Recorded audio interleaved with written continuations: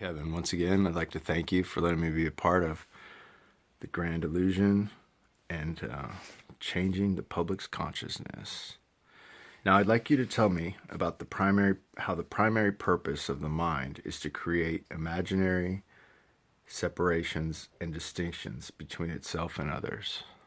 Thank you, Ed. The primary purpose of the mind's game is to create distinctions. We use language to create distinctions. Language gives us the ability to define things to the minute, granular point. For example, I can define a pine tree by saying it has pine needles, that it has the smell of pine. Those are distinctions, and we use language to create distinctions. Distinctions help us to separate ourselves from others.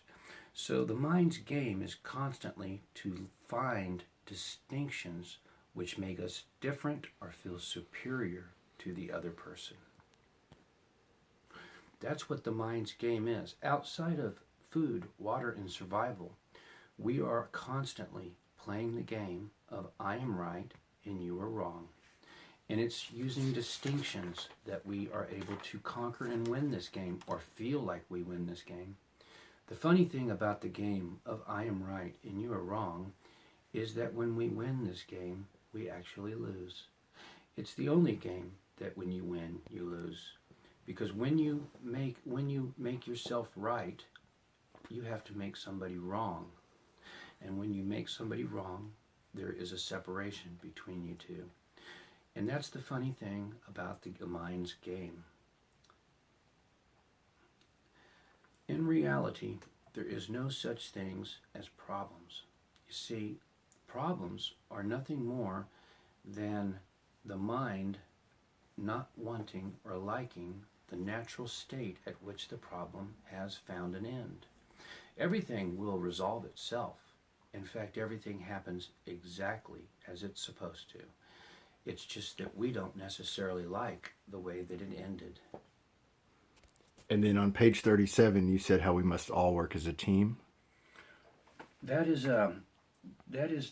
to do. Just basically, my question is, why do we have to work as a team? Because you see, part of that distinction in the mind separation is that we tend to, as we get older, think that I know it all and I don't need anybody else. But you see, we're a communal species. We are very interdependent. I love to use the example of a head of lettuce.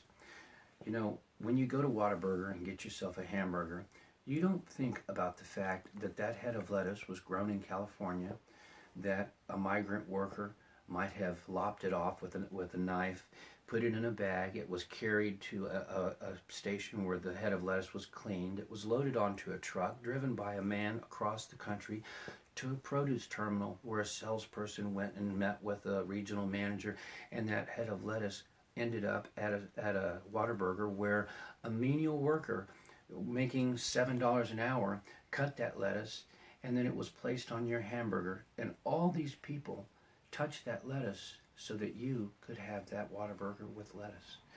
We are very dependent upon each other. And the thought that I can do it alone is an insane thought, because we can't.